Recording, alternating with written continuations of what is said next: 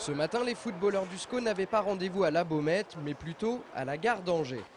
Au programme de la journée, départ pour l'île de Beauté direction Ajaccio.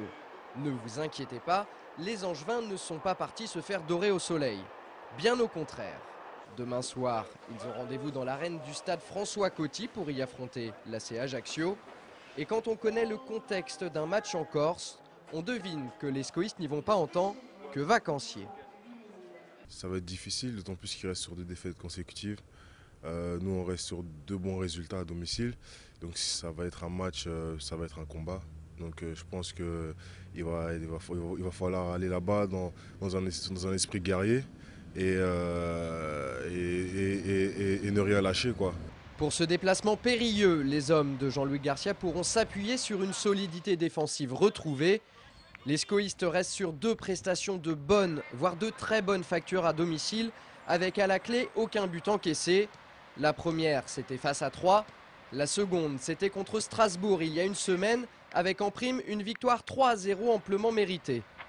Pour les Angevins qui ne se sont encore jamais imposés cette saison à l'extérieur, l'objectif de ce déplacement en Corse est donc très clair. Continuer sur notre série, déjà de pas prendre de but là-bas. Ça fait 2 matchs qu'on ne prend pas de but, donc pour les défenseurs, pour la confiance collective, c'est une bonne chose. Et puis après, on sait qu'ils sont sur 2 défaites, ils tournaient plutôt bien à la maison, donc ça va être un match compliqué avec le contexte corse qu'on connaît. Donc on y va pour faire le meilleur match possible et pas perdre. Ouais. Maintenant, il faut entretenir cette confiance en emmagasinant les bons résultats, les bonnes performances. Notre retour au premier plan se situe sur 2 performances à domicile. Il faut confirmer à l'extérieur dans un contexte extrêmement difficile contre une très belle équipe d'Ajaccio qui est une des meilleures attaques de notre championnat cette année. Donc c'est vraiment le test idéal pour voir si nous sommes toujours convalescents ou si nous sommes vraiment sur la voie du renouveau. Du côté d'Ajaccio, la tendance est plutôt à la grisaille en ce moment. Là, on ne parle pas du climat mais plutôt des résultats. Les Corses ont perdu leurs 2 dernières rencontres et se trouvent dans l'obligation de réagir face à Angers. Pour en savoir un peu plus sur l'état d'esprit de cette équipe, nous avons joint par téléphone José Pasqualetti, l'entraîneur de la formation ajaxienne. En n'ayant pris qu'un seul point sur les 3 derniers matchs, on est dans des impératifs, je dirais, de victoire et on s'attend à un match difficile, bien évidemment. On connaît la valeur de cet adversaire, qui plus est a battu le leader, donc on s'attend à un match difficile, mais j'espère qu'il sera aussi difficile pour eux. Vous avez des absents là sur cette rencontre?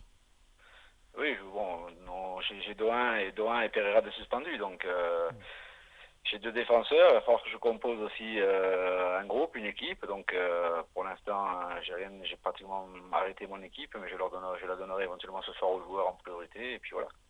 Ajaccio-Angers, c'est demain soir à 20 h au stade François Coty.